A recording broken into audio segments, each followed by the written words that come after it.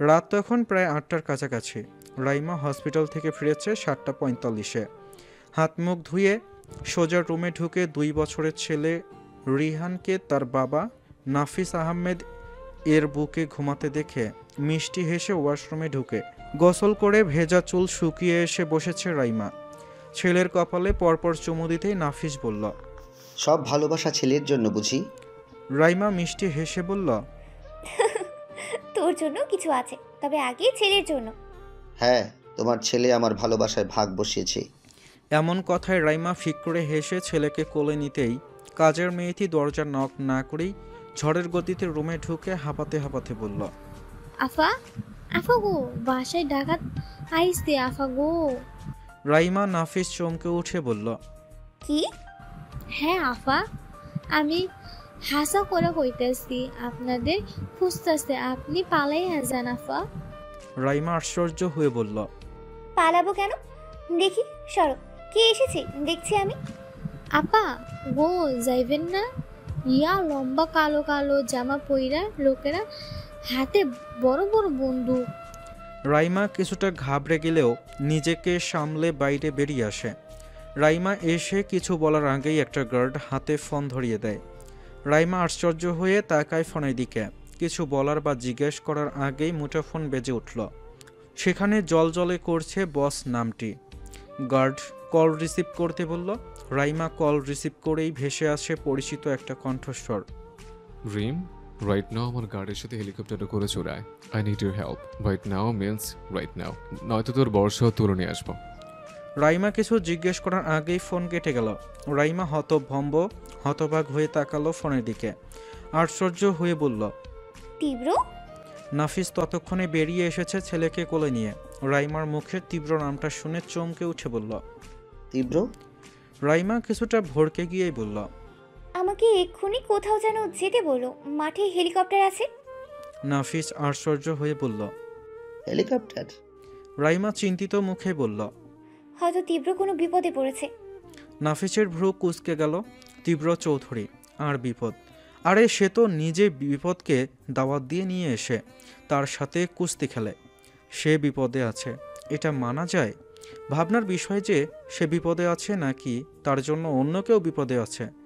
নাফিসের ভাবনার মাঝেই একজন গার্ড বলল, ম্যাম, আর 6 মিনিট, আপনি না গেলে আপনার হাজব্যান্ডকে তুলে নিয়ে যাওয়ার আদেশ আছে। রাইমা কিছুটা ভড়কে গেল।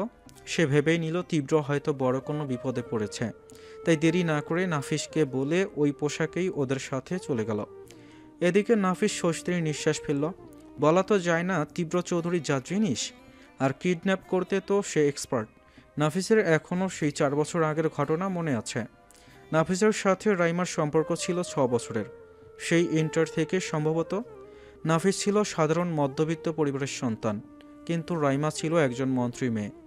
রাইমার সাথে তার আকাশ পাতাল পার্থক্য হলেও দুইজন দুজনকে খুব ভালোবাসত, আর আজও খুব বেশি ভালোবাসে। রাইমা তখন মেডিকেলের শেষ বর্ষের স্টুডেন্ট।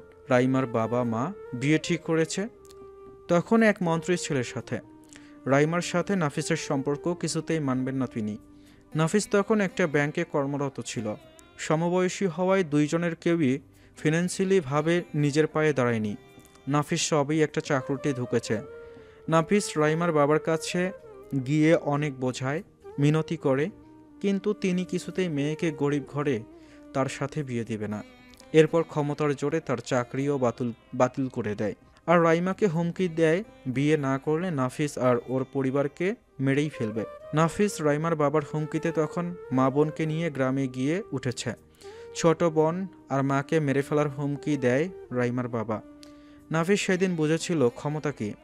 মা আর ছোট বোন ছাড়া আর কেউ ছিল না নাফিসের। তাই ওদের কথা ভেবে নিজের জানকে কোরবানি দিয়ে ফিরে এসেছিল গ্রামে। রাইমার বিয়ের দিন কয়েকটা ঘুমের ঔষধ খেয়ে ঘুমিয়ে পড়েছিল নাফিস। এই দিনটা পর তার তিলে তিলে গড়া ভালোবাসার মানুষটা হয়ে যাবে অন্য একজনের, এটা ভাবতেই শতখান টুকরো হচ্ছে তার হৃদয়। তাই ঘুমের ঔষধ খেয়ে বেহুশ হয়ে পড়েছিল। কিন্তু সে তো আর জানতো না তার জীবনের ফ্রেশতার মতো হাজির হয়ে হবে তীব্র চৌধুরী। সেদিন নাফিস ছিল বেহুশ। তবে ঘুমের মধ্যে নাফিসের মনে হচ্ছিল ওর নিঃশ্বাস নিতে কষ্ট হচ্ছে। চোখ পিটপিট করে খুলে বুঝতে পারে তাকে পুরো পানিতে ডুবিয়ে রেখেছে। নাফিস শ্বাস নেওয়ার জন্য ছটফট করতেই তাকে বের করা হয় পানির মধ্য থেকে। নাফিস শ্বাস নিতে নিতে পিটপিট করে তাকালো আশেপাশে। সে কোথায় আছে এটা বুঝতে বেশ সময় লাগলো তার। ঘুমে ঢুলুঢুলু চোখে বোন নাফিসা আর মায়ের কান্নার শব্দে ততক্ষণে মস্তিষ্ক সচল হলো। টেনে চোখ খুলে তাকাতেই বোন নাফিসা কেঁদে কেঁদে বলল, ভাইয়া, আমাদেরকে কিডন্যাপ করে তুলে এনেছে এরা, আমাদের বাঁচাও। নাফিসের মস্তিষ্ক তখনও পুরোপুরি সচল না। ঠিক তখনই ভেসে এলো কারো ভরাট কণ্ঠ কথা বলা। লাবিব, এই হালদাকে বিয়ের সাহায্য রেডি কর। শালা বালের ভালোবাসা, ভালোবাসা মাই ফুড। একজন ঘুমের ওষুধ খাইয়ে মরছে তো অন্যজন। আচ্ছা, নাফিস এমন কথায় চোখ খুলে তাকালো নীলমণির চোখজোড়া রগে গজগজ করতে থাকা শক্তিশালী সুদর্শন যুবকের দিকে। আশ্চর্য হলেও সত্য, নাফিস সেদিন হা হয়ে তাকিয়েছিল তীব্রর দিকে। তীব্রকে সেই মুহূর্তে তার সাদা কোরিয়ান নায়ক লাগলো। বয়স হয়তো তার সমান বা ছোটই হবে, তবে জিম করা বডি ফিটনেস, উচ্চতা আর অধিক সুদর্শন হওয়ায় নজর আটকে গেল। নাফিসের হুঁশ ফিরল নাফিসার কান্না দেখে। নাফিস তীব্রর থেকে দৃষ্টি সরিয়ে বোনের দিকে তাকালো। স্কুল ড্রেস পরনে তার পাশে বসে কাঁদছে ছোট্ট বোন নাফিসা। নাফিসার কান্না দেখে বোনকে আগলে নিল সে। মৃদু স্বরে জানতে চাইল সে এখানে কিভাবে এলো। নাফিসা কেঁদে কেঁদে বলল সে আর ওর বান্ধবী স্কুল শেষে ফুচকা খেতে বাড়ি ফিরছিল। হুট করে কয়েকটা গাড়ি কোথা থেকে এসে তাদের ঘিরে ধরল। দুজনে ভয়ে একে অপরকে জড়িয়ে ধরে দাঁড়িয়ে থরথর করে কাঁদতে লাগলো, কারণ যারা ঘিরে ধরেছে তাদের সবার হাতে বন্দুক ছিল। দুজন তখন স্কুলে পড়া ছোট্ট মানুষ। তখন ওদের মাঝ থেকে একজন বলল, তোমাদের মধ্যে নাফিসের বোন কি? নাফিসা ঘাবড়ে গিয়ে খামচে ধরল বান্ধবকে। নাফিসা জানে তার ভাইয়ের প্রেমিকার বাবা তাদেরকে মেরে ফেলতে চায়। ছোট্ট নাফিসা ধরেই নিল এরা তারা। ভয়ে ভয়ে নাফিসা কিছু বলার আগেই পাশ থেকে মেয়েটি, মানে নাফিসার ফ্রেন্ড, বলল, আমি নাফিসা, আমাকে মেরে ফেলুন, ওকে ছেড়ে দিন। নাফিসা চমকে উঠে তাকালো প্রিয় বান্ধবীর দিকে। সে সবটা বলছে তাকে, আর আজ তাকে বাঁচাতে নিজেকে কুরবান করেছে। নাফিসা তখন বলল, মিথ্যা বলছিস কেন? আমি নাফিসা। আমি না, আমি নাফিসা। কথাটা বলেই ও ফিসফিস করে বলল, ওরা তোকে মেরে ফেলবে নাফু, তার চেয়ে আমায় মেরে ফেলুক, আমার তো আর কেউ। এই তোরা দাঁড়িয়ে দাঁড়িয়ে কি করছিস? জলদি তুলে আন। দাঁড়িয়ে দাঁড়িয়ে বাল দেখছিস? লাবিব হকচকিয়ে বলল, বস, মানে মেয়ে দুটো নিজেকে নাফিসা মানে নাফিসার বোন দাবি করছে, কি করব বস? মেরে দে, দুজনকে মেরে দে, আপদ বিদায় হোক। পিছন থেকে কারো এমন কথায় মেয়েটি ভয়ে ভয়ে বলল, ওকে মারবেন না ভাইয়া, প্লিজ আমায় মেরে ফেলুন। আমি বলছি তো আমি নাফিসা, তবে মরার আগে আমি একটা কথা বলতে চাই। ভালোবাসা কোনো অন্যায় না। নাফিস ভাইয়া রাইমা আপুকে ভালোবাসে, এতে কোনো অন্যায় নেই, কিন্তু আপনারা ওদের দুজনকে এইভাবে আলাদা করে কখনো ভালো থাকবেন না। এত বড় পৃথিবীতে খুব কম সংখ্যক মানুষ ভালোবাসা পায়। এই মেয়ে, এই তোর ভাষণ শুনতে চেয়েছি আমি, আমাকে একদম ভালোবাসার জ্ঞান দিবি না। এইটুকু মানুষ এত ভালোবাসা বুঝিস? কয়টার ধরে এই বয়সে নিজের বিলাইছিস? সারার ভালোবাসার কথা বলছিস? ছোট মানুষ ছোট থাক, নয়তো মুখের দিকে হাত চলবে দেখিস। মেয়েটি ভয়ে ভয়ে অবুঝ গলায় বলল, বিলাবো কেন? ভালোবাসা কি বিলানো যায়? এটা কি মসজিদে পাওয়া ফ্রি লাড্ডু নাকি? হাই চুপ, বেশি কথা বলে পেছন থেকে সবকটা বুলেট গেঁথে দিব। এই লাভিব যা করার জলদি কর, নয়তো দুটাকেই মেরে দে। লাবিব তীব্রর কথায় পাংশুটে মুখে গুলি তাক করতেই মেয়েটি নাফিসার হাত ধরে দৌড় দিল।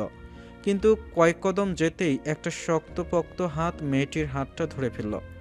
মেয়েটি ভয়ে নাফিসার হাত ছেড়ে বলল, নাফু পালা। নাফিসা ভয়ে আতঙ্কে কয়েক কদম যেতেই গুলির শব্দে থেমে যায়। পেছনে ফিরতেই দেখতে পায় প্রাণপ্রিয় বান্ধবীকে ঢলে পড়তে। নাফিসা চিৎকার করে উঠল। রুহ। রুহু নামের মেয়েটি ঝুলে আছে এক প্রকার, কারণ তখনও তীব্র শক্ত করেই ধরে আছে মেয়েটির ডান হাত। নাফিসা কাঁদতে কাঁদতে ছুটে এসে বলল, রুহুকে ছেড়ে দিন ভাইয়া, ও আমার বান্ধবী রুহ, আমি নাফিসা, আমি। নাফিসা কাঁদতে কাঁদতে প্রিয় বান্ধবীকে বারবার ডাকছে, এই রুহু, এই রুহ, উঠ না রুহ। মরার মতো নাফিসার কান্না শুনে তীব্র রেগে কড়া গলায় বলল, এই মরার মতো কাঁদছিস কেন? মরেছেও, শুধু ভয়ে বেহুশ হয়েছে। বালের সাহস দেখানো শেষ। বলেই রেগেই এতক্ষণ পর তাকালো ঝুলন্ত রুহ নামক মেয়েটির দিকে। কাঁধে স্কুল ব্যাগ সহ ঝুলে আছে মেয়েটা। ঝুলন্ত রুহকে কিছুক্ষণ দেখে তীব্র জোরে হাতে টান দিতেই ছিটকে এসে পড়ল তীব্রর বাহুতে। তীব্র চোখ মুখ শক্ত করে ধাক্কা দিতে যাবে তার আগেই নাফিসা চেঁচিয়ে বলল, ভাইয়া ওকে ধাক্কা দিবেন না প্লিজ, একটু কষ্ট করে ধরে রাখুন, ও ব্যথা পাবে। কিন্তু তীব্র সে কি আর কারো কথা শোনে? নিজের থেকে আলাদা করার জন্য যেই ধাক্কা দিতে যাবে অমনি পাশ থেকে লাবিব বলল, বস, রাইমা ম্যাম হাতের রক কেটে ফেলেছে। তীব্র বিরক্ত হয়ে আনমনেই এক হাতে জড়িয়ে ধরল রুহুর কোমর ব্যালেন্স রাখার জন্য। রুহুর ছোট্ট দেহখানা তীব্রর গায়ে পড়ার সাথে সাথেই তীব্র ভ্রু কুঁচকে গেল। তীব্র কি মনে রুহুর করে ধরে রাখা কোমর ছেড়ে দিতেই রুহু নামক মেয়েটি নিচে পড়ে যায়। তীব্র অদ্ভুতভাবে মেয়েটার দিকে কিছুটা সময় তাকিয়ে থাকে। লাবিবের উদ্দেশ্যে বলল, লেডি গার্ড এনে মেয়েটাকে বাড়িতে দিয়ে আয়। খবরদার যদি কোনো পুরুষ ওকে ছুঁয়েছে তো। লাবিব আশ্চর্য হয়ে তাকালো পড়ে থাকা নিথর মেয়েটার দিকে। কফি কালার বোরখা পরনে ছোট্ট একটা মেয়ে। কিসে হবে? 6-7-এ পড়ে হয়তো। মুখে মাস্ক পরে আছে, চোখ বন্ধ করে বেহুশ হয়ে পড়ে আছে। তোকে হাবলার মতো হা হয়ে থাকতে বলেছে? জলদি নাফিসের বোনকে তুলে নিয়ে আয়। বলেই তীব্র নিজের গাড়িতে বসতেই গাড়িটা ধীরে ধীরে চোখের আড়াল হয়ে গেল। লাবিব বসের কথা অনুযায়ী কাজ করে নাফিসাকে নিয়ে ফিরল। প্রতিমধ্যে মেয়েটার মরা কান্না তাকে বিরক্ত করলেও কিছু বলল না। নাফিস সবটা শুনে কিছু বলার আগে দুইজন ছেলে এসে নাফিসকে পাঞ্জাবি পরিয়ে দিল। হতভম্ব নাফিস অবাক হয়ে দেখে গেল সবটা। এরপর গাড়িতে করে তুলে নিয়ে আসলো রাইমাদের বাড়ি। হতভম্ব হয়ে যাওয়া নাফিস তখনও বুঝল না কিছু। চারদিকে লোকজন কিন্তু একদম স্তব্ধ পরিবেশ। স্টেজে চোখ যেতেই দেখলো কারো গায়ে হেলিয়ে বধূ বেশে বসে আছে তার প্রাণপ্রিয় মেয়েটি। বিয়ের বাড়ির এমন অবস্থা দেখে মুহূর্তে স্তব্ধ হয়ে গেল নাফিস। কাজী সাহেব বিয়ে পড়ানো শুরু করেন। হতভম্ব নাফিস আরও হতভম্ব হলো যখন কাজের মুখে বরের জায়গায় তার নামটা শুনল। একটা মেয়ে এগিয়ে এসে নাফিসের হাত ধরে টেনে নিয়ে এলো রাইমার কাছে। রাইমাকে ধরে বসা মহিলাটি উঠে তাকে বসার জায়গা করে দিল। নাফিস খেয়াল করলো হাতে ব্যান্ডেজ করা রাইমার দিকে। বুকের ভেতর ছ্যাদ করে উঠল নাফিসের। লোক সমাগম ভুলে শক্ত করে জড়িয়ে ধরল রাইমাকে। রাইমা দুর্বল শরীর নিয়ে কেঁদে উঠল। এরপর রাইমা আর নাফিসের বিয়ে পড়ানো শেষ হতেই তীব্র এসে দাঁড়ালো মন্ত্রী নবাব খানের সামনাসামনি। তীব্রকে দেখে মন্ত্রীমশাই কিছুটা ঘাবড়ে গেলেন। তীব্র একটা চেয়ারে বসে বলল, ইন ফিউচার আপনি যদি ওদের মধ্যে ঢুকিয়ে ভিলেন হওয়ার চেষ্টা করেন তো আমি ভুলে যাব আপনি আমার বন্ধুর বাবা। You know who I am? Tibro Chowdhury. ভিলেনের চেয়ে বড় ভিলেন আমি। কথাটুকু শেষ করে তীব্র এবার উঠতে উঠতে বলল, তাছাড়া আমি এক কথা দুবার বলতে পছন্দ করি না। আশা করছি মনে রাখবেন। মন্ত্রী নবাব খান এমন শান্ত হুমকি শুনে কিছু বলার সাহস পায় না। কথায় আছে, পোলা তো নয় যেন আগুনের গোলা। আসলে তাই। এইটুকু বয়সে যদি এত পাওয়ার এই ছেলে থাকে তবে ধনাঢ্য চৌধুরী বাড়ির ছেলে তীব্র চৌধুরী। টাকা আর পাওয়ার সম্পর্কে ধারণা আছে ওনার, তাই আর কিছু বলার সাহস করলেন না। তাছাড়া তীব্র চৌধুরী সম্পর্কে যা শুনেছিল আজ নিজের চোখে দেখে নিল। পুরো বিয়েবাড়ি তার তাণ্ডবে স্তব্ধ হয়ে আছে। বাড়ি ভর্তি মানুষজন, অথচ সবাই নিশ্চুপ। তীব্র বিরক্ত হয়ে এগিয়ে গেল রাইমার দিকে। রাইমা অসুস্থ শরীর নিয়ে নাফিসের গায়ে হেলান দিয়ে বসে আছে। হাতের কাটায় রক্তক্ষরণ হয়েছে অনেক, শরীর বেশ দুর্বল। ঠিক তখনই হাঁপাতে হাঁপাতে ছুটে আসে মীর। এই তোর বিয়ে শেষ?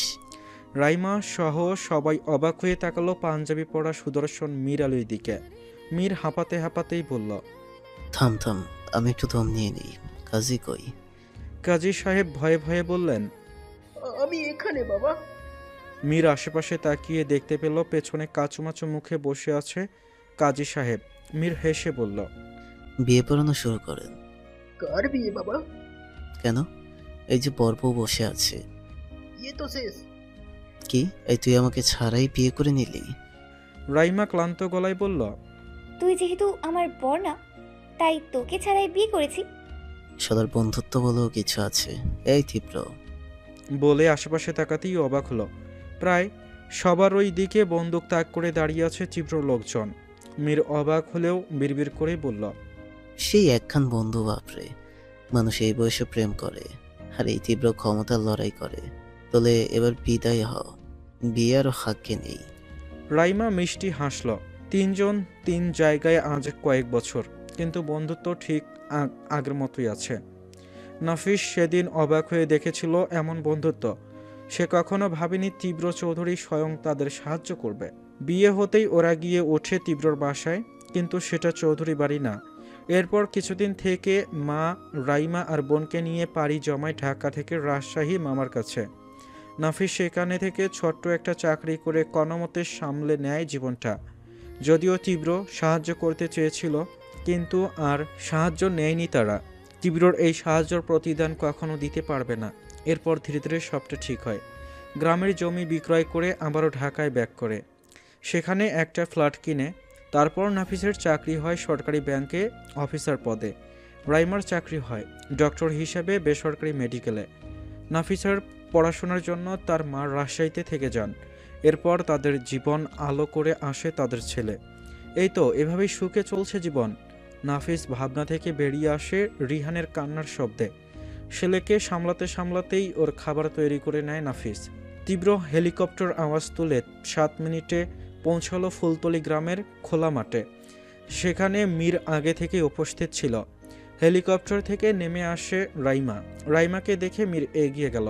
সবটা জানাতে জানাতে গাড়ি করে 2 মিনিটে চলে এলো মির্জা বাড়িতে।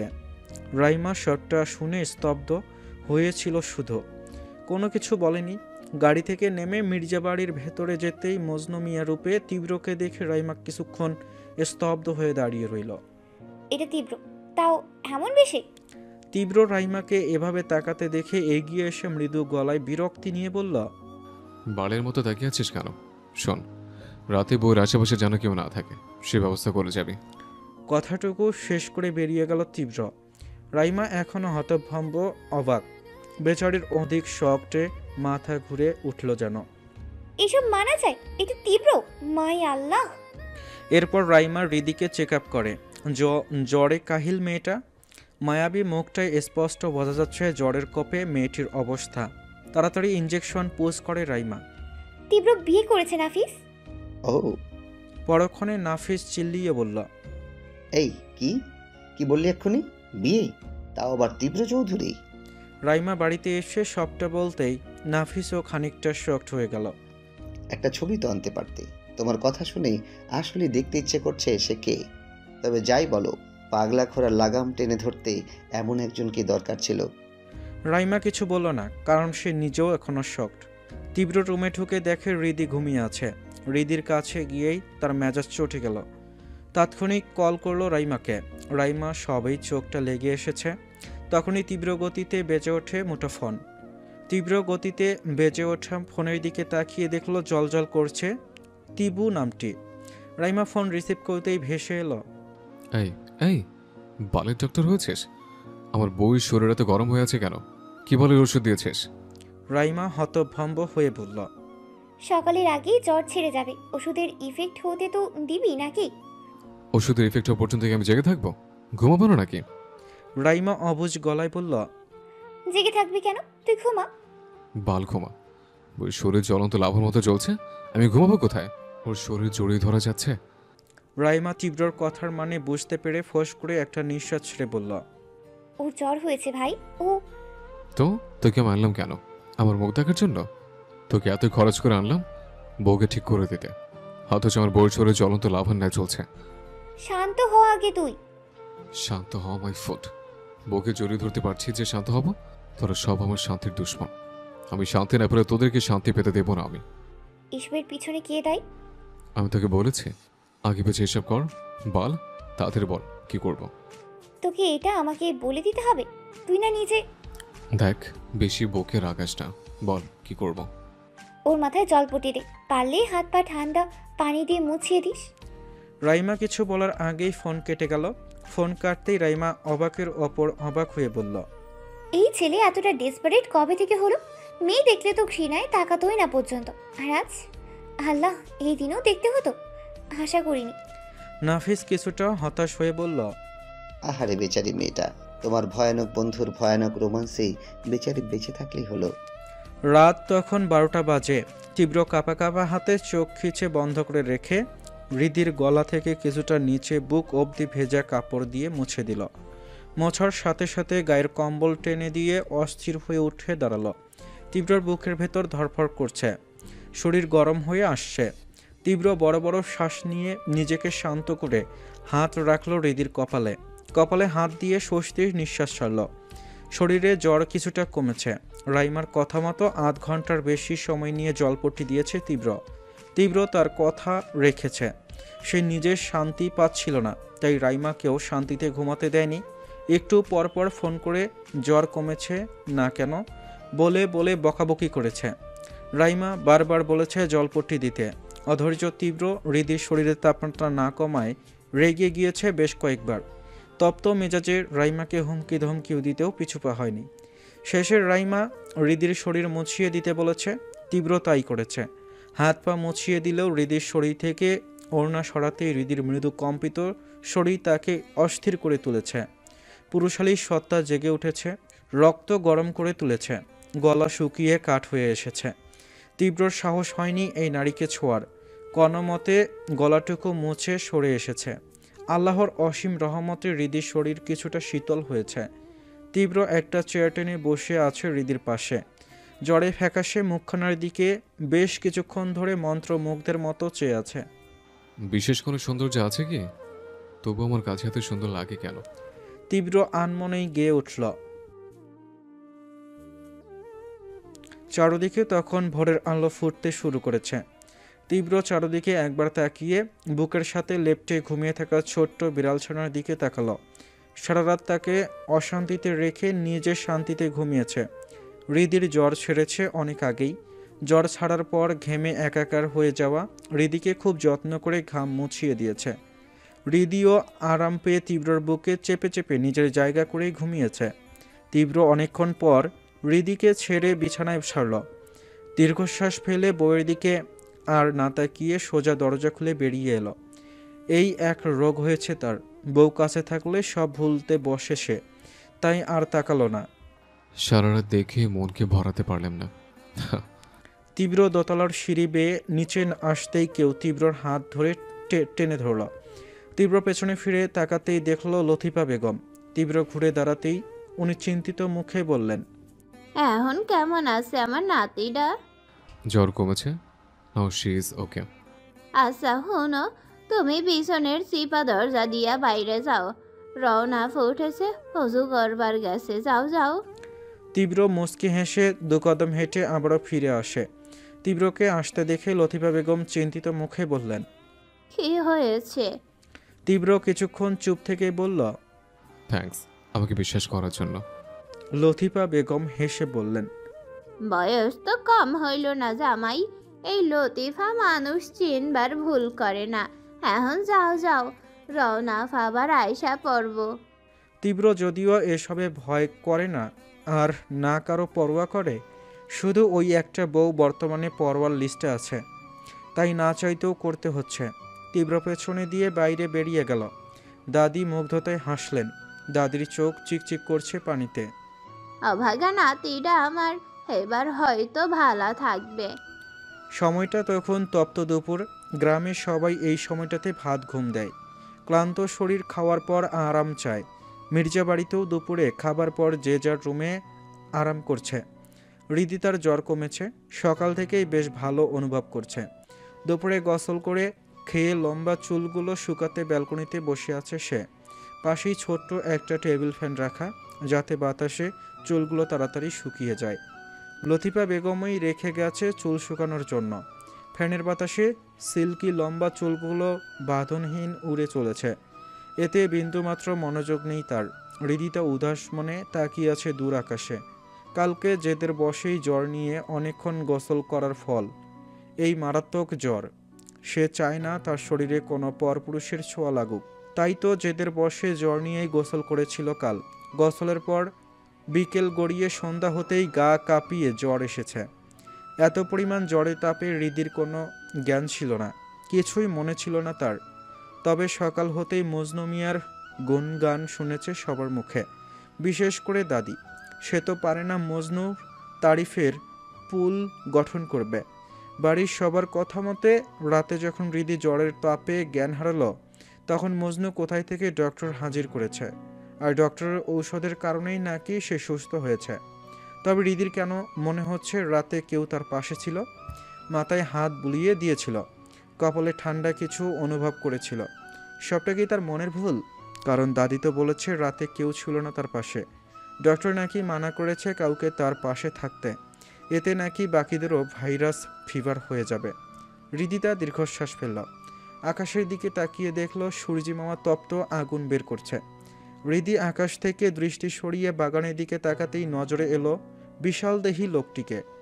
ছোট্ট কুটিরের একটা বাঁশের খাম্বার সাথে হেলান দিয়ে বুকে 2 হাত ভাঁজ করে তাকিয়ে আছে তার দিকে। বাঁশের চালা আর মজনু মিয়ার মাথা প্রায় ছুঁই ছুঁই। তপ্ত এই রোদে লোকটা দাঁড়িয়ে মুগ্ধ দৃষ্টিতে তাকিয়ে আছে তার দিকে। মজনুর দৃষ্টিতে মুগ্ধতা হলেও হৃদি চরম ঘৃণায় দৃষ্টি সরিয়ে নেয়। তার কাছে মজনু মিয়া শুধু একটা নোংরা ঘৃণিত ব্যক্তি। যে পুরুষ খুন করে, যেই পুরুষ নারীকে বিনা অনুমতিতে ছোঁয়ে, সে ঘৃণার যোগ্য নয় কি? অবশ্যই ঘৃণার যোগ্য। হৃদি ঘৃণা করে এই পুরুষকে। এদিকে তীব্র ওরফে মজনু হৃদির মুখ ফেরানো দেখে হাসল। স্পষ্ট দেখেছে হৃদির দু চোখে প্রবল ঘৃণা। কেন জানি এই দৃষ্টি তাকে প্রভাবিত করল। খারাপ লাগলো কি? হয়তো লাগলো। পরক্ষণেই তীব্রর মেজাজ খারাপ হলো। ঘেমে চুপচুপে হয়ে থাকা শরীরটা নিয়ে সোজা চলে এলো মির্জা বাড়িতে। এখন দুপুরবেলা, সবাই ঘুমে, তাই কেউ সেভাবে খেয়াল করলো না। সিঁড়ি বেয়ে উঠে বিনা অনুমতিতে ঢুকে গেল হৃদিতার রুমে। হৃদিতা তখনও ব্যালকনিতে বসে আছে। হঠাৎ চুলে টান পড়ায় পেছনে ঘুরতেই দেখলো ফ্যানের ভেতর কিছু চুল ঢুকে গেছে। চলন্ত ফ্যানের সাথে চুল পাকিয়ে গিয়েছে। হৃদি হাত বাড়িয়ে ফ্যান বন্ধ করার আগেই কেউ ফ্যান বন্ধ করে দিল। সাথে সাথেই থমকে বলল, যে জিনিস সামলাতে পারবেন না সেটা রাখেন কেন? বলেই ফ্যানটা ধরে হৃদিতার কাছে নিয়ে এলো। চিন্তিত মুখে চুলগুলো দেখে বলল, ভাবতে পারছেন কতটা চুল পেঁচিয়ে গেছে? কতখানি চুল কাটতে হবে? ধ্যান কোথায় থাকে আপনার? হৃদিতা অবাক হয়ে তাকালো মজনুর দিকে। মজনুর প্রতিটি কথায় স্পষ্ট অধিকার ফুটে উঠেছে। হৃদির কেন যেন মনে হয় মজনু আপন কেউ। তাৎক্ষণিক অবাক নিজেকে বোঝায়। সে অন্য কারো বিবাহিত স্ত্রী, আর মজনু মিয়া একজন পরপুরুষ। যতই তার কেয়ার করুক, তবুও সে পরপুরুষই থাকবে। হৃদি সবটা ভেবে রেগে উঠে দাঁড়াতেই চুলে টান পড়ায় ব্যথায় কুকিয়ে উঠল। মজনু তাৎক্ষণিক উঠে তার কাছে এগিয়ে এলো, রাগী গলায় বলল, এই মেয়ে, সমস্যা কি আপনার? দেখছেন চুল পেঁচিয়ে গেছে? একটু শান্ত হয়ে বসুন। একদম দূরে থাকুন আমার থেকে, চলে যান বলছি। লজ্জা করে না একটা মেয়ের রুমে বিনা অনুমতিতে ঢুকতে? তীব্র দাঁতে দাঁত চেপে বলল, মেয়ে যখন এমন খামখেয়ালি হয় তখন বিনা অনুমতিতেই ঢুকতে হয়। এখন একটু শান্ত হয়ে দাঁড়ান। হৃদি জেদ দেখিয়ে বলল, না দাঁড়াবো না, ছাড়ুন আমার চুল। বলেই চুল টান দিতেই ব্যথায় আবারও কুকিয়ে উঠল। তীব্র হুট করে রেগে হৃদির একদম কাছে এসে গা ঘেঁষে দেয়ালে চেপে ধরে দাঁড়ালো। এক হাতে হৃদিকে বুকের সাথে মিশিয়ে ধরল, অন্য হাতে ফ্যান ধরে আছে। এরপর শান্ত স্বরে হুমকি দিয়ে বলল, আমি একদম ভালো মানুষ নয় ব্ল্যাক রোজ, একদম ভালো না। আমার পছন্দের কিছু সামান্য আচর আমি সহ্য করব না। আপনার চুল আমার পছন্দ। চুলের ঘ্রাণ মারাত্মক পছন্দ। নেশার চেয়ে নেশাময় আপনার চুলের ঘ্রাণ। আর আমার যে পছন্দ তার ক্ষতি আমি হতে দিই না। তাই আর আপনার না আপনার চুলের কোনোটাই ক্ষতির সম্মুখীন হবে না, কারণ দুটো দিয়ে আসক্ত আমি। এবার যদি নড়চড় করেন তো ফলাফল ভালো হবে না। হৃদিতা তীব্র ওরফে মজনুর কথায় অবাক হয়ে তাকায়, কিন্তু তবুও এমন কাছে আসায় আর এমন হুমকি শুনে দমে যায় না। শক্তি খাটিয়ে সরাতে চাইলে তীব্র আরও চেপে ধরল দেয়ালে। হৃদির দম বন্ধ হয়ে এলো। শক্তিশালী পুরুষের শরীরের নিচে চাপা পড়ে নড়াচড়াও করতে পারছে না। তবুও হৃদি দমে যায় না। রেগে কামড় দেয় তীব্রর বুকে। তীব্র দাঁতে দাঁত চেপে সহ্য করে, তবুও হৃদিকে এক চুলও ছাড়ে না। এর মাঝেই শোনা যায় রওনাফ মির্জার কথার আওয়াজ। হয়তো কারোর সাথে ফোনে কথা বলতে বলতে বাইরে এসেছেন। হৃদি চমকে ওঠে তীব্রকে সরাতে চাইলে তীব্র বিরক্ত হয়ে একটানে গ্রিলের পর্দা টেনে দেয়, যাতে দুইজনকে এভাবে নিচ থেকে দেখা না যায়। হৃদি ক্লান্ত হয়ে চুপ হয়ে গেল। শব্দ নিচে গেলে কেলেঙ্কারি হয়ে যাবে। আপাতত চুপ থাকাই ভালো। তাছাড়া ঔষধের ইফেক্টের কারণে হৃদির চোখ বন্ধ হয়ে আসছে। মানসিক আরামের জন্য ঘুম দরকার। তাই ঔষধের সাথে ঘুমের ঔষধও আছে। মনোযোগ দিয়ে ফ্যান থেকে চুল ছাড়াচ্ছে তীব্র। হৃদিকে চেপে ধরায় হৃদি শান্ত হলেও এখন একদম নড়াচড় করছে না দেখে তীব্র হৃদির দিকে তাকিয়ে দেখল হৃদি ঘুমিয়ে পড়েছে। দাঁড়ানো অবস্থায় ঘুম দেখে হেসে ফেলল তীব্র। মুখটা নিচু করে ঠোঁট ছোয়ালো কপালে। এক হাতে হৃদিকে ধরে নিচে পেতে রাখা ম্যাটে বসে পড়ল। দেয়ালে ঠেসে হৃদিকে বুকের ওপর শুইয়ে দিল। ফ্যানটা নিচে রেখে হৃদিকে ভালোভাবে শোয়ালো বুকের মাঝে। এরপর স্বস্তির নিঃশ্বাস ফেলে পকেট থেকে মিনি একটা কেচি বের করে ধীরে ধীরে চুলগুলো ছাড়িয়ে নিল। অতি সাবধানে করার কারণে বেশ সময় লাগলো। তুমি আমাকে ঋতু খালামণির কাছে যেতে দিত না কেন? বলো বলো আম্মু। লতিফা বেগম মনির কথায় হেসে বললেন, তোমার ওখানে যাওন লাগবো না মা, তোমার খালামণির জ্বর হয়েছে তাই খালামণি ঘুমাচ্ছে। আমি ডেকে আসছি। না না দাদুমণি, তোমার যাওন লাগবো না, আমি ওহনি দেখে আইছি ঋতু ঘুমায়, তুমি যাও বাগানে, তোমার নানু আছে, হ্যাঁ লগে খেলা করো। আচ্ছা। হৃদি তার ঘুম ভাঙল মাগরিবের আজানের আগে। আড়মোড়া ভেঙে উঠে বসতেই চট করেই তখনকার ঘটনা মনে পড়ল।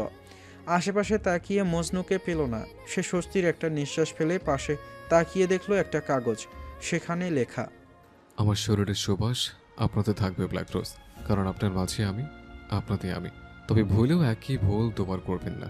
আমি আবার গোসল করার কথা চিন্তাতেও আনবেন না, ফলাফল খুব ভালো হবে না, বিলিভ মি। হৃদিতা দীর্ঘশ্বাস ফেলে খেয়াল করলো আসলেও কড়া একটা পারফিউমের ঘ্রাণ আসছে তার শরীর থেকে। হৃদি চরম বিরক্ত হলো। সব পারফিউম কি একবারে গায়ে ঢালে নাকি জানোয়ারটা? এত কড়া ঘ্রাণ বের হয়। হৃদিতা উঠে কাপড়টা বদলিয়ে নিল। এখন গোসল করে আবার জ্বরের সম্মুখীন হতে চায় না সে। রাতের খাবার সবাই একসাথে খেতে বসেছে, বাদ যায়নি মজনু মিয়াও।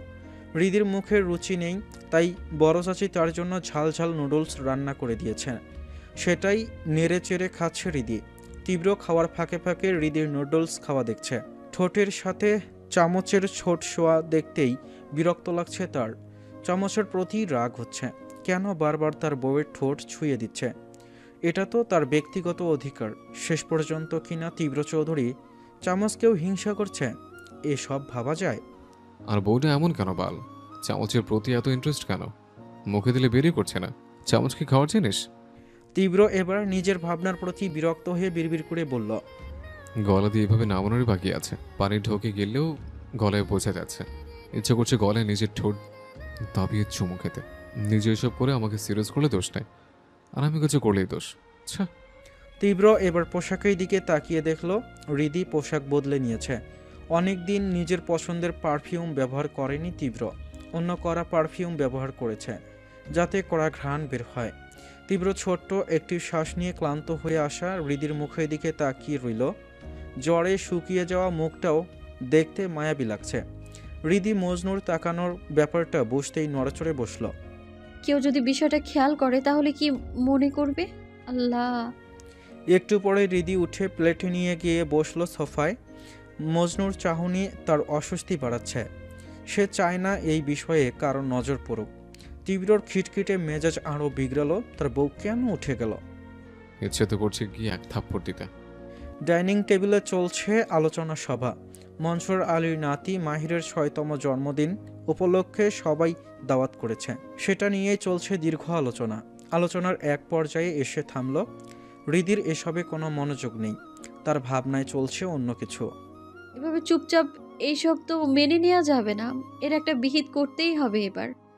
চারদিকে তখন ভোরের আলো ফুটতে শুরু করেছে কেবল। হৃদি টিপ টিপ পায়ে হেঁটে পৌঁছালো বাগানে অবস্থিত ছোট্ট কুটিরে, যে কুটিরে বর্তমানে থাকছে মজনু মিয়া। অনেক রাতে তাকে গেটের বাইরে বেরিয়ে যেতে দেখেছে হৃদিতা, তাই সুযোগ পেয়ে তল্লাশি করতে এসেছে। আপাতত তার জানা দরকার কে এই মজনু মিয়া, এখানে কি করতে এসেছে, আর তার কাছেই বা কি চায়। কাল সারাদিন অধিক ঘুমের ফলে রাতে আর ঘুম আসছিল না। তাছাড়া হুট করে খিদেটাও যেন বেড়ে গেছে। তাই ধীর পায়ে নিচে নেমে রান্নাঘরে গিয়ে ঝাল ঝাল চাউমিন রান্না করে কিচেনে বসেই খেতে লাগলো। হঠাৎ হালকা কিছুর আওয়াজ শুনে আশেপাশে তাকিয়ে ভয়ে জড়সড় হয়ে গেল। ছোট থেকে দাদির কাছে জিন ভূতের গল্প শুনে ভয় পেত হৃদি। এমন ঠান্ডা পরিবেশে এমন শব্দ হৃদিকে ভয় পেতে বাধ্য করল। ভয়ে খাওয়া দাওয়া বাদ দিয়ে হৃদি আয়তল কুরসি পড়তে লাগলো। কয়েকবার পরে বুকে ফু দিয়ে একটু সাহস করে বাইরে বের হতেই ডাইনিংয়ের জানালা দিয়ে বাইরে তাকালো। এখানে থেকে বাগানের কুটিরটা বেশ বোঝা যায়। আফসা আলোয় দেখলো দুইটা মানুষের অবয়ব। হৃদি সন্দেহ নিয়ে জানালার কাছে গিয়ে দাঁড়াতেই দেখলো দুইজন মানুষ চলে যাচ্ছে। হৃদির হুট করেই মনে হলো মজনু হয়তো কোনো গুপ্তচর, কিন্তু এটা কিভাবে বুঝবে? তাই প্ল্যান করলো মজনুর রুমে তল্লাশি করার। আর যেই ভাবা সেই কাজ। তাই তো ভোরে চলে এসেছে। রাতে বৃষ্টি হওয়ায় আবহাওয়া ঠান্ডা, সবাই ঘুমে মগ্ন। হৃদি চুপচাপ ছোট্ট কুটিরের সামনে গিয়ে দাঁড়ালো। দরজায় ঝুলছে একটা তালা। হৃদি মাথার চিকন ক্লিপ খুলে তালার মধ্যে ঢুকিয়ে মোচড় দিল। সাথে সাথেই তালাটা খুলে গেল। হৃদি হতভম্ব হয়ে তাকিয়ে রইল। সে ভাবেনি এই ট্রিক কাজে লাগবে। তবে হৃদি মনে মনে খুশি হলো। সিকলটেনের রুমে ঢুকতেই মেঝেতে রক্তের ছিটা দেখে ভয়ে হাত পা কাঁপতে শুরু করলো। সে ভাবেওনি ঘরে রক্ত থাকতে পারে। হৃদি কোনো মতে দেয়াল ধরে দাঁড়ালো। রক্ত দেখে মাথা ঘুরছে তার। একবার ভাবলো চলে যাবে, কিন্তু পরক্ষণে আবার নিজেকে শান্ত করে চোখ বুলালো। ঘরের প্রতিটি কোণায় ছোট্ট কুটিরে একটি চৌকি রাখা, চৌকির পাশে একটা টেবিল, টেবিলের ওপরে ঝুলানো একটা কাপড় রাখার দড়ি। ব্যাস, আর কিছুই নেই এখানে। হৃদি হতাশ হয়ে সবটা দেখল। হঠাৎই চোখ গেল চৌকির নিচে কিছু পড়ে আছে। হৃদি হাত বাড়িয়ে জিনিসটা বের করতেই হৃদির চোখ বড় বড় হয়ে গেল। ধপ করে বসে পড়ল বিছানায়, কারণ তার হাতে তীব্র ওরফে মজনুর দাড়ি মোচ। হৃদির জান ধক করে উঠল। তার মানে মজনু মিয়া নামক মানুষটা কোনো ছদ্মবেশে এখানে এসছে? হৃদির শরীর ভয়ে আবারও কাঁপতে লাগলো। শরীরে মনে হচ্ছে শক্তি নেই। তবুও হৃদি থেমে না থেকে টেবিলের ড্রয়ার খুলে দেখল, সেখানে তেমন কিছুই পেল না। হৃদি এবার সোজা এগিয়ে গেল বিছানার দিকে। বিছানার তোষক চেড়ে দেখতেই চোখ গেল একটা খামের দিকে। হৃদি যেই না খামটা তুলতে যাবে, অমনি পাশ থেকে কেউ হৃদির হাত ধরে টান দিল। হৃদি ভয় পেয়ে চমকে উঠল। মুহূর্তেই মধ্যেই একটা শক্তপোক্ত বুকে ঠাই হলো তার। কি করছেন এখানে ব্ল্যাক রোজ? হৃদি কেঁপে উঠল। ভয়ে ভয়ে মুখটা তুলে দেখল মজনু মিয়াকে। দাড়ি মুছে ঢাকা মুখখানা দেখে অবাক হলো। সে তো দাড়ি মুছ দেখেছিল নিচে পড়ে থাকতে। তাহলে হৃদিকে ভয়ে এভাবে বিড়াল ছানার মতো গুটিয়ে যেতে দেখে মজনু মিয়া বলল, বলুন তো এখানে কি করছেন? আমার জাসুসি করছেন নাকি ব্ল্যাক রোজ? হৃদি ভয়কে জয় করার মতোই সাহস দেখিয়ে বলল, হ্যাঁ করছি। ছাড়ো আমায়, অসভ্য পুরুষ। সবসময় এইভাবে চেপে ধরা কোন ধরনের অসভ্যতা এটা?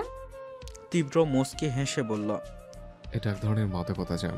তুলতুলে নরম শরীরে জড়িয়ে ধরলে ভালো লাগে। আচ্ছা, আপনি এত তুলতুলে নরম কেন? শুধু ভর ছাড় দিয়ে জ্বর বাঁধিয়ে ফেলেছেন। বিস্তারিত কিছু করলে কি করবেন? হৃদি আহাম্মকের মতো মজনুর কথা শুনে গেল। বিস্তারিত বলতে কি বোঝাচ্ছে তা এখনো মাথায় ঢুকেনি হৃদির। তাই জানতে চেয়ে প্রশ্ন করল, বিস্তারিত মানে? তীব্র হৃদির এমন অবুঝ দৃষ্টি দেখে ফিক করে হেসে উঠল। বিস্তারিত শর্ট ফর্ম বাসর। হৃদির চোয়াল শক্ত হয়ে এলো। রেগে ধস্তাধস্তি করতেই তীব্র ভালোভাবে বুকে মিশিয়ে ধরল। হৃদি রেগে বলল, ছদ্মবেশী কাপুরুষ, ছাড় আমায়। হৃদিকে রাখতে দেখে তীব্র আবারও হাসল। হুম, নিজে যখন এসছেন তখন আর ছাড়ছি না। এসছেন আপনার ইচ্ছা, যাবেন আমার ইচ্ছা। হৃদিতা তাচ্ছিল্য করে বলল, দাড়ি মোচ নকল? আপনি মানুষটাও হয়তো নকল, তাই না? তীব্র স্বাভাবিকভাবেই বলল, হতেও পারে কি, আসলে আমি নকল। হৃদি মজনুর এমন স্বীকারোক্তি শুনে বলল, তবে আসল কে আপনি? মজনু হৃদির মুখের দিকে তাকিয়ে বলল, গুনাহগার আমি। হৃদির রগে চোখ মুখ খিচে বলল, উদ্দেশ্য কি আপনার? মজনু হাতের বাঁধন কিছুটা হালকা করে হাসল। হৃদির রাগি রাগি মুখে পড়ে থাকা চুলগুলো ফু দিয়ে সরিয়ে মিষ্টি হেসে গেয়ে উঠল। এইটুকু গেয়েই থেমে গেল মজনু। হৃদি এত সুন্দর গানের গলা শুনে অবাক হয়ে তাকালো। আর গানের মানে মজনু কি বলতে চাইল? হৃদির ভাবনার মাঝেই তীব্র হৃদিকে ছেড়ে দিয়ে বিছানার মাঝে রাখা খামটি সরিয়ে ফেলল। টেবিলে হেলান দিয়ে বুকে দুহাত ভাঁজ করে দাঁড়ালো। হৃদি কিছু বলার উদ্দেশ্যে মুখ খুলতেই নজর গেল তীব্রর হাতের দিকে। সেখানে সাদা ব্যান্ডেজ করা, মানে মেঝেতে পড়ে ফোঁটা ফোঁটা রক্ত মজনুর। কিন্তু কি হয়েছে? হৃদি কিছুটা ঝাঁচালো কণ্ঠে বলল। কাকে আবার মেরেছেন আপনি? তীব্র ভাবলেশীন ভাবে বলল। অনেকদিন কাউকে মারা হয়নি। হৃদি অবাক হয়ে বলল। মিথ্যাবাদী। আমার সামনে সেদিন। তীব্র শ্বাস টেনে বলল। ওটা এমন বিশেষ কিছু না। হৃদিতা আর কতই বা অবাক হবে, তাই এবার রাগী গলায় বলল। মানুষ মারতে খুব ভালো লাগে বুঝি? নিরীহ মানুষের জীবন নিতে এতটুকুও কষ্ট লাগে না, তাই না? পাষণ্ড আপনি। তীব্র হেসে বলল। পাষাণ কথাটাও কম হয়ে যাবে ব্ল্যাক রোজ। আমাকে পাষাণের সর্দার বলতে পারেন, তবে এই পাষাণ বিষয়টি শুধু আপনার ক্ষেত্রে কার্যকর হয় না। মজনুর কথায় হৃদি কিছু না বলে সেদিনের কথা টেনে বলল। কেন মেরেছেন সেদিন লোকটাকে? আর লোকটা কে ছিল? বিশেষ কেউ না, আপনার থেকে বারণ একটা হাত ছিল, ব্যাস। আমার দিকে মানে? মজনু উত্তর করল না, একটু থেমে বলল। আপনার বাপও দেখছি ধান্দাবাজ লোক একটা, আমাকে মারতে লোক পাঠায়। জটিল একটা ক্যালকুলেশন, বুঝলেন? আমি আপনাকে বাঁচাতে চাই, আর আপনার বাপ বেটে আমাকে মারতে চান। হৃদি ভ্রু কুঁচকে তাকালো মজনুর দিকে। আব্বু আপনাকে কেন মারতে চাইবে? চাইবে না? চাইছে। এই যে রক্ত, তারই প্রমাণ। আমি বিশ্বাস করি না আপনাকে।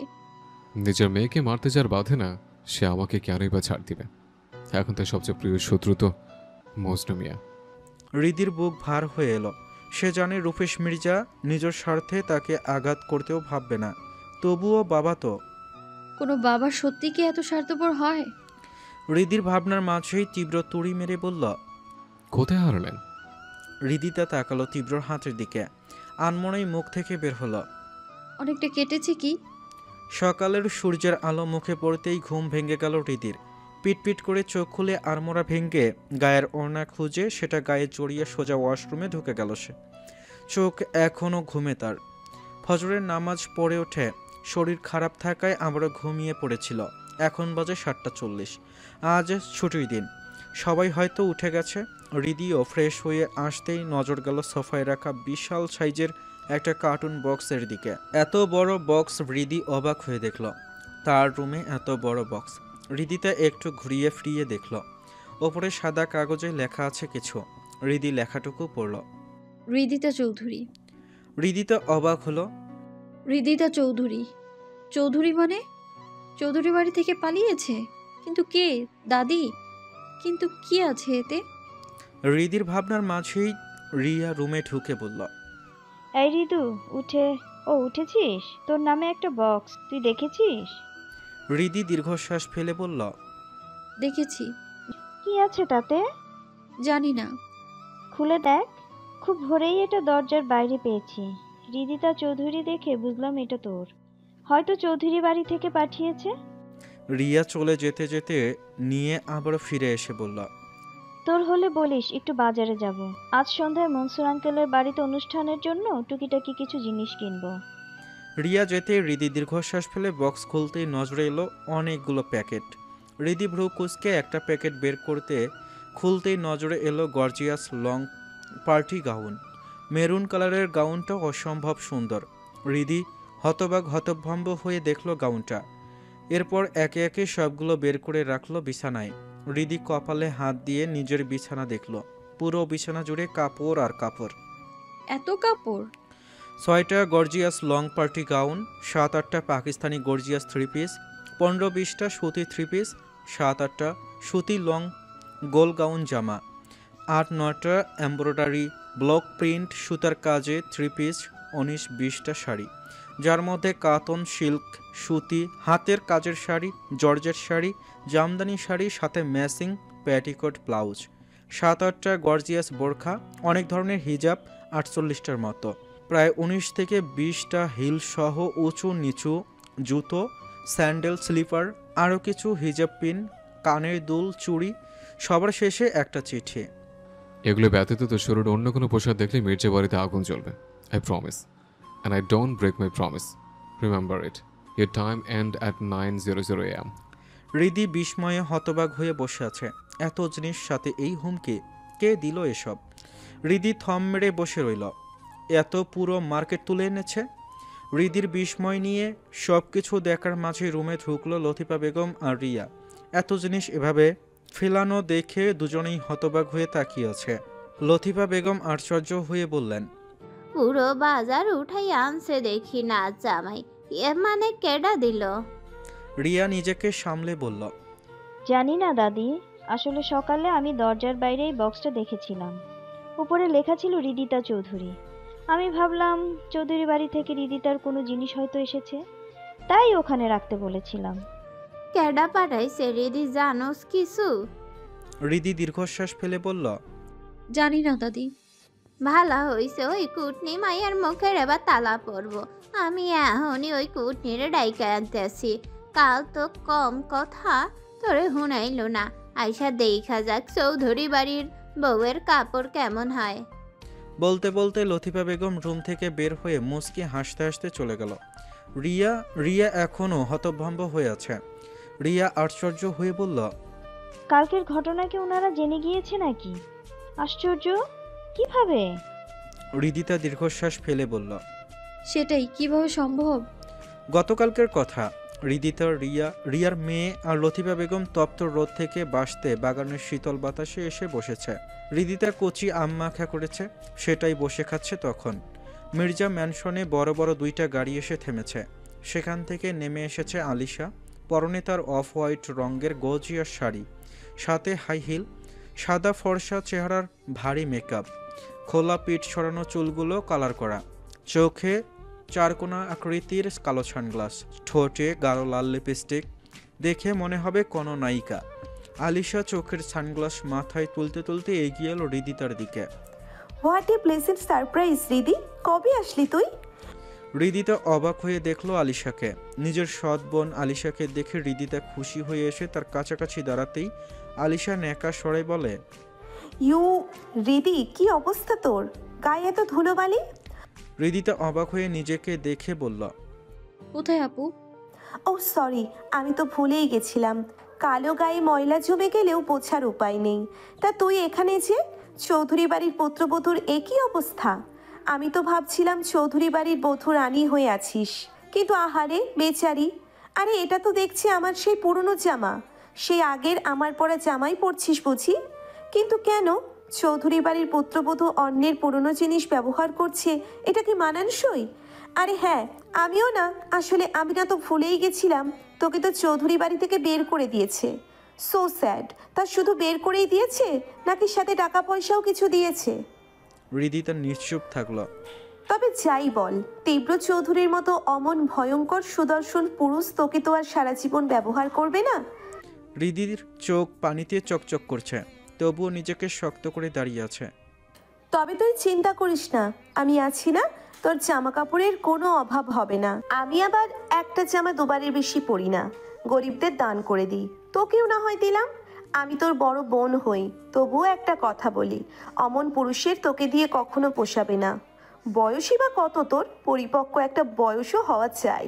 তাছাড়া শুধু বিয়ে হলেই তো আর হয় না, চৌধুরী বাড়ির বউ হওয়ার যোগ্যতা থাকা লাগে। বড়ই আফসোসের সাথে বলতে হচ্ছে, সেই যোগ্যতা তোর নেই। তবে কি আর করার। হৃদির চোখ দিয়ে এবার না চাইতেও পানি গড়িয়ে পড়ল। তার মতে আলিশার কথা মিথ্যা নয়, আসলেও তো সে চৌধুরী বাড়ির যোগ্য না। এই তুই ওরে কি কথা কইতাছিস? হৃদি কান্দে কেন? বলেই লাঠি ফড় দিয়ে এগিয়ে এলেন লতিফা বেগম। রেগে বললেন, তুই ওরে কি কইলি? তেমন কিছুই তো বলিনি দাদি। এক থাবর লাগামো। আমি কানে একটু কম শুনি, কিন্তু চোখে এখনো ভালাই দেহি। মিথ্যা কথা কস বেয়াদব সেমরি। রিয়া এবার তেরে এসে বলল, এত অহংকার ভালো না আলিশা, সময় বদলাতে দেরি লাগে না। তাছাড়া তোমাকে আর কি বলবো বলো? আর তোকে এত কিছু শোনালো, তবুও তুই নিশ্চুপ কেন রিদি? রিদি চোখ মুছে হাসার চেষ্টা করে বলল, ভুল তো কিছুই বলেনি আপু। বলেই ধীরে হেঁটে বাসায় ঢুকে গেল হৃদিতা। রিয়া আলিশার দিকে ঘৃণিত দৃষ্টি নিক্ষেপ করে মেয়েকে কোলে নিয়ে চলে গেল। এদিকে লতিফা বেগমের কপালে জমেছে বিন্দু বিন্দু ঘাম। ওনার দৃষ্টি দূরে দাঁড়িয়ে থাকা তীব্রর দিকে। তীব্র দৃষ্টি বলছে আলিশা হৃদিকে ভালো কিছু বলেনি। লতিফা শুকনো ঢোক গিলে বলল, তুই দ্রুত বাসায় যা, সার খেপছে। তেরে আসার আগেই বাড়ির ভাগ। কোথায় সার দিদি? আমার কপালে এই সেমরি, যাস না কেন, যা। আলিশা মুখ ভেংসি কেটে চলে গেল বাড়ির ভেতরে। তীব্র এখনও সেভাবেই দাঁড়িয়ে আছে। লতিফা বেগম ধীর পায়ে এগিয়ে গেল তীব্র দিকে। তীব্রর হাতের মুঠোয় ফোলা হাতের রগ দেখে শুকনো ঢোক গিলে বলল, কি কইছিল আমি শুনি নাই। আমি শুনেছি, শুধু দোয়া করবেন দাদি। কার জন্য? বইয়ের বড় বই সম্পর্কে কি হয়? আপা, ওই বরাবর জন্যই করেন তাহলে। লতিফা বেগম তীব্রর কথার আগাগোড়া কিছুই বুঝল না, শুধু ড্যাব ড্যাব করে দেখল তীব্রর যাওয়া। আপাতত জায়গা না থাকায় হৃদি সব কাপড় গুছিয়ে সেই বক্সেই গুছিয়ে রাখছে। হৃদির ধারণা মতে এসব দাদি পাঠিয়েছে, তাছাড়া আর কেই বা পাঠাবে। হৃদি কাজ করার মাঝেই ছুটে আসলো রিয়া। এই দিদি, জানিস মির্জা মেনশনে আগুন লেগেছে? কি বলে ছুটে বাইরে আসে হৃদিতা। দাউ দাউ করে আগুন জ্বলছে ভেতরে। হৃদির ভেতরে ধকধক করছে। এই সাত সকালবেলা কিভাবে কি হয়েছে? হৃদি বাইরে এসে দেখল রুফেশ মির্জা, আমিনা বেগম, আলিশা বাইরে দাঁড়িয়ে আছে। আলিশান মির্জা বাড়ির প্রতিটি কোনায় কোনায় আগুন জ্বলছে। আলিশা ভ্যা ভ্যা করে কাঁদছে। গ্রামের সবাই ছুটাছুটি করে আগুন নিভাতে ব্যস্ত হয়ে পড়েছে। লতিফা বেগম থমকে দাঁড়িয়ে আছেন। ওনার দৃষ্টি পানি দিয়ে আগুন নিভানোর চেষ্টা করা মজনুর দিকে। লতিফা বেগম বিড়বিড় করে বললেন, যে নিজেই আগুন লাগিয়েছে সেই সবার সামনে ভালা শাস্তে আগুন নেভাচ্ছে। একখান জিনিস বানাইছে আল্লাহ। অবশেষে আগুন নিভেছে। মির্জা ম্যানশনে বিশেষ কোনো ক্ষতি না হলেও কাপড় কিছুই বাকি নেই পুড়তে। আশ্চর্য বিষয়, একটা কাপড়ও বাকি নেই যাতে আগুন লাগেনি। বিশেষ করে আলিশার রুমে সব পুরেই ছারখার হয়ে গেছে। বেচারি আলিশার পরার মতো কোনো কাপড় নেই। তবে সকাল সকাল আগুন লাগার বিষয়টিতে সবাই অবাক। কিভাবে কি হলো কেউ জানে না। তবে মজনু মিয়া ঠিক সময়ে এসে তাদের বাঁচিয়েছে বলে পুরো গ্রামে চলছে তার সুনাম। এদিকে হৃদি সকাল সকাল একটার পর একটা চমক পেয়ে চিন্তিত মুখে বসে আছে। হুট করেই কিছু মনে করে তাকালো ঘড়ির দিকে। ঘড়িতে তখন বাজে সকাল 10টা 20। হৃদি সময় হিসাব করে দেখলো আগুন লেগেছে 9টা 12 মানে হুমকি অনুযায়ী তাকে ঠিক 9টায় ওগুলোর মধ্যে একটা জামা পরতে হতো। হৃদির মাথা চক্কর দিয়ে উঠল। জামার বিষয়টা এখনও তার মাথায় ঢুকছে না। তাছাড়া মজনু মিয়াকে সন্দেহ করতে পারছে না, কারণ তার জন্য নাকি আজ সবাই বেঁচে গেল। আলিশা বলেছে মজনু তাকে ঘুম থেকে তুলতে পরপর গালে 2টা থাপ্পড় দিয়েছে। এতে কারো তেমন কিছু বলার নেই, কারণ তীব্র মানে মজনু মিয়া কথা বলতে পারে না। তখন জাগানোর জন্য থাপ্পড় মারা ব্যাপার না। তবে আলিশার গালে 10 আঙ্গুলের ছাপ পড়ে আছে এখনও। বেচারির সুন্দর চেহারায় 10 আঙ্গুলের ছাপ বিদ্যমান। এসব বেশ ভাবেই পর্যবেক্ষণ করছে লতিফা বেগম। যদিও তিনি আগুন লাগানো একদম সমর্থন করছেন না, তবে আলিশার উচিত শিক্ষা হয়েছে, এতেই তিনি খুশি। সবাই মনসুর আলীর দাওয়াত রক্ষার্থে যাচ্ছে গ্রামের পাশের গ্রামে। রওনাফ মির্জা এসে দেখল মজনু গাড়ির কাছে দাঁড়িয়ে আছে। এর মাঝে লতিফা বেগমও এসে দাঁড়ালেন। রওনাফ মির্জা মজনুর দিকে এগিয়ে এসে বললেন, তোমাকে ধন্যবাদ মজনু। আজ তুমি সঠিক সময়ে রূপেশের বাসায় না পৌঁছালে কি যে সর্বনাশ হতো। মজনু ওরফে তীব্র বাঁকা হাসল, ইশারায় বুঝালো। কি বলছেন স্যার, এটা তো আমার দায়িত্ব। রওনাফ মির্জা তীব্রর মাথায় হাত বুলিয়ে বললেন, আল্লাহ তোমার সব চাওয়া পূরণ করুক বাবা, খুব ভালো থেকো, দোয়া করি। এদিকে লতিফা বেগম ছেলের সরলতা দেখে মনে মনে বললেন, পোলাটা আমার অনেক ভোলা, কিন্তু এই পোলা তো আগুনের গোলা। তীব্র দাদির দিকে তাকিয়ে মুচকি হাসল। বয়স হলেও বেশ রসিক বটে লতিফা বেগম, বোঝে সবটা। অন্য কেউ হলে এতক্ষণে হয়তো তাকে জেরা করত, অথচ তিনি কোনো প্রশ্ন করেননি এখনও। আগুন লাগলো নিয়ে একে একে সবাই বাইরে বেরিয়ে এলো। তীব্র এক পলক হৃদিকে দেখে সাথে সাথে আবারও অবাক হয়ে তাকালো। হৃদির পরনে তার দেওয়া মেরুন কালার গাউন, ঠিক গাউন না, কারণ সাথে ম্যাচিং গর্জিয়াস ওড়না রয়েছে। ঘের আলা পারফেক্ট বডির জামায় হৃদিকে মানিয়েছে বেশ।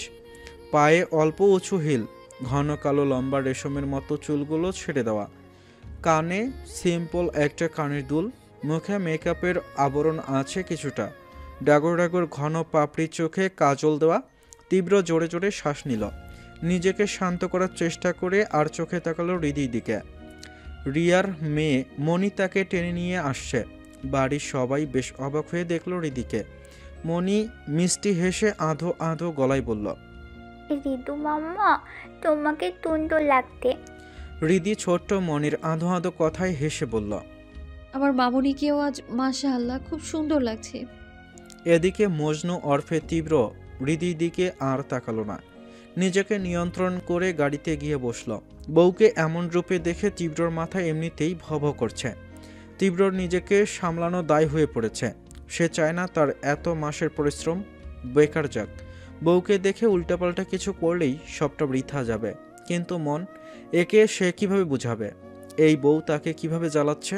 তীব্র বিড়বিড় করে বলল, বালের একটা বউ। গাড়ি চলছে আপন গতিতে। পেছনে রিদিতা, দাদি আর রিয়া বসেছে। যদিও দাদি রিদির সামনে বসা নিয়ে জোরাজোরি করেছিল, তবে তীব্র কৌশলে দাদিকে সামনে বসাতে নিষেধ করেছে। কেউ বিষয়টা খেয়াল না করলেও রিদির চোখে পড়েছে। লতিফা বেগমের হঠাৎ এমন পরিবর্তন আগেই খেয়াল করেছিল রিদিতা, তবে আজকের বিষয়টি নজরে পড়ায় সন্দেহ প্রখর হলো রিদিতার। তবে কি দাদি কিছু জানে মজনুর ব্যাপারে, নাকি আমার ভাবনা ভুল? মনসুর আলীর বিশাল এরিয়া জুড়ে গ্রামীণ পরিবেশে করা বাড়িটি অনেক সুন্দর। আধুনিক যুগের সাথে তাল মিলিয়ে করায় বাড়িটি বেশ নজরকাড়া। বড় একটা গেট দিয়ে গাড়ি ঢুকতেই প্রথমে নজর এলো বড় বাগান। পুরো বাগান সুন্দর করে সাজানো, চারদিকে জ্বলছে জোনাকির মতো আলাপ। সামনে বড় স্টেজ, সেখানে ব্লু কম্বিনেশনে তৈরি করা মাহিরের জন্মদিনের স্টেজ। চারদিকে লোক সমাগমে ভর্তি। কালো স্যুট পরিহিত লোকজন কোনায় কোনায় দাঁড়িয়ে আছে, হয়তো সব বডিগার্ড হবে। রিদির ভাবনার মাঝেই মজনু তুড়ি মেরে বলল, ম্যাম। রিদি মজনুর ডাকে হকচকিয়ে তাকালো আশেপাশে। এ কি, গাড়িতে সে একাই বসে আছে? সবাই কোথায়? বলেই রিদিতা তাড়াহুড়ো করে নামতেই জামায় বেঁধে পড়তে নিলে মজনু এক হাত রিদির পেট জড়িয়ে ধরে বলল, আসছে নামেন, আমি আপনাকে খেয়ে ফেলছি না। রিদি নেমে ঝামটা মেরে তীব্রর হাত সরিয়ে রেগে বলল, একদম আমায় ছুবেন না। তীব্র দুষ্টু হেসে একটু ঝুঁকে এলো রিদির ওপর। তাহলে কাকে ছুব? রিদিতা রেগে কিছু বলতে চেয়েও আশেপাশে তাকিয়ে দেখলো অনেক মানুষ দাঁড়িয়ে আছে। তাই রিদিতা রাগী চোখে চেয়ে সোজা হাঁটলো দাদির দিকে। তার মতে মজনুকে কিছু বলা আর দেয়ালে নিজের কপাল চাপড়ানো একই ব্যাপার, বেকার আর কি। এইদিকে তীব্র রিদির যাওয়ার দিকে তাকিয়ে মুচকি হেসে বিড়বিড় করে বলল, হায় বউ, কি অবস্থা করেছেন গো আমার? আপনার তাপে পড়ছে তীব্র চৌধুরী। রিদিতা স্টেজের কাছে আসতেই মাহির ছুটে এসে জড়িয়ে ধরল রিদিকে। কালো স্যুট পরিহিত মাহিরকে দেখে অবাক হলো রিদিতা। বেশ লাগছে দেখতে। ছোট্ট মাহির রিদিকে দেখে বলল, wow, you are looking very pretty মিত্তি মি। রিদিতা মুচকি হেসে বলল, তোমাকেও খুব সুন্দর লাগছে বাবা। মাহির রিদিতার গালে চুমু দিয়ে বলল, ইউ আর ভেরি সুইট, তোমার টুল কি বলো গো? রিদি অবাক হয়ে ফিক করে হেসে উঠল। এর মাঝেই কোথা থেকে ছুটে এলো মনিকা ওরফে মনি। রিদি ছেলেটাকে আদর করেছে দেখে মায়ের হাত ছেড়ে ছুটে এসেছে সে। রিদি হাঁটু গেড়ে বসেছিল। ছোট্ট মনি হঠাৎই ছুটে এসে জড়িয়ে ধরায় হকচকিয়ে তাকালো মনির দিকে। ছোট্ট মনি তীব্র রাগে মাহিরকে ধাক্কা দিয়ে বলল, তুই দিলে, এটা আমার মামুনি, তুমি চুমু দিলে কেন?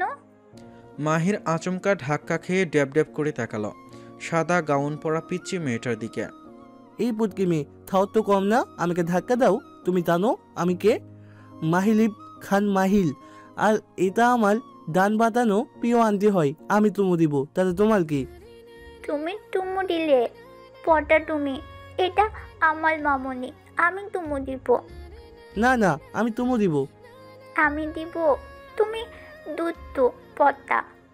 বলেই কেঁদে দিল ছোট্ট মনি। রিদি হতবাক হয়ে দুইজনের টানটানি দেখছিল। মনির কান্না দেখে রিদিতা ঝটপট কোলে তুলে আদর করে বলল, কাঁদে না মামুনি, আমি তো তোমার মামুনি জান, কাঁদে না। মাহির মনির কান্না দেখে বলল, বুঝলে মিত্তি মেয়ে, এই পদা মেয়েটা ভ্যাবাক বলে কাঁদে, মামলা দিতে যাবে। রিদি মাহিরের কথায় অবাক। বাচ্চা ছেলেটা বয়সের তুলনায় বড় বড় কথা বলে, মামলা জিতে যাবে। নিশ্চয়ই এটা মামার থেকে রক্ত করেছে। রিদি ভেবে মুচকি হাসল। মাহির মনির দিকে তাকিয়ে বড়দের মতো করে বলল, থাক থাক, আর কাদা লাগবে না, তোমাকে চকলেট দিবনি, আমি এখনই মামুর থেকে নিয়ে আসছি। বলেই মাহির ছুটল কোথাও। হৃদি মুচকি হেসে মনিকে কোলে নিয়ে এদিক ওদিক হাঁটতে লাগলো। মনি হৃদির গালে নিজের ছোট্ট ছোট্ট 2 হাত দিয়ে ধরে বলছে, তুমি আমার মামুনি, তুমি আমার মামুনি। হৃদিতা ছোট্ট মনির গালে চুমু দিয়ে বলল, হ্যাঁ মা, আমি তোমার মামুনি। এদিকে দূর থেকে এদের কাণ্ড দেখে তীব্র আফসোস করে বলল, সবে আমার বউকে নিয়ে টানাটানি লাগায় কেন? মীর অবাক হয়ে বলল, কে আবার টানছে ওকে? তীব্র ভ্রু কুঁচকে বলল, ও ওকে। মীর জোরপূর্বক হেসে বলল, এমনি তাকাস কেন? ভাবি লাগে তো। তীব্র মীরের দিকে থেকে চোখ সরিয়ে হৃদির দিকে তাকালো। হাঁটু ছুঁই ছুঁই লম্বা চুলগুলো বাতাসে দুলছে দেখে তীব্র বিরক্ত হলো। আশেপাশে একবার নজর বুড়িয়ে বিরক্তি রাগে রূপান্তরিত হলো, কারণ প্রায় অনেকেই হৃদির দিকে তাকিয়ে আছে। আজকে মেয়েটাকে লাগছে অসম্ভব সুন্দর। লাইট অফ করে দে, গার্ডেন এরিয়ার। মীর হকচকিয়ে বলল, কি? কেন? তীব্র শীতল দৃষ্টিতে আশেপাশে সবটা দেখে বলল, ডু ইট ফাস্ট। মীর তীব্রর কথায় কাউকে কল করতে কিছুক্ষণের মধ্যে লাইট অফ হয়ে যায়।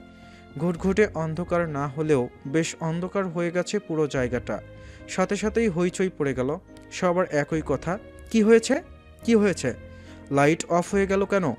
কয়েক মিনিট পর সবার হইচই থামলো টুংটাং গিটারের শব্দে।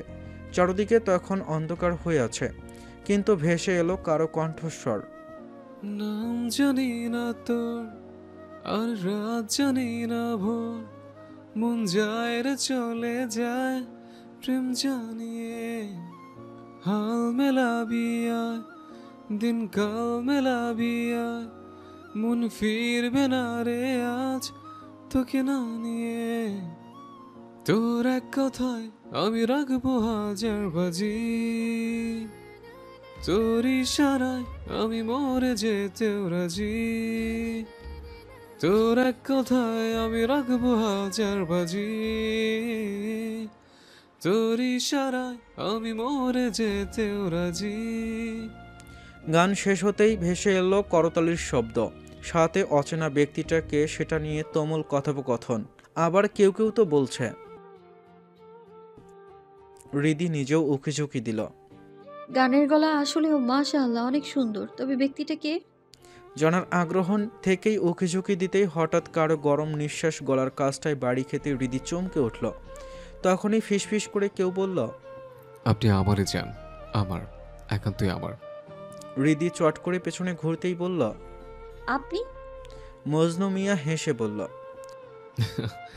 অন্য কাউকে আশা করছিলেন বলছি। হৃদিতে কিছু বলার আগেই চারদিকে লাইট জ্বলে উঠল। হৃদি লাইটের দিকে তাকিয়ে সামনে তাকাতেই চমকে উঠল। মজনু নেই সামনে। হৃদিতা কিছুটা ভয় পেয়ে গেলেও নিজেকে সামলে নিয়ে বলে,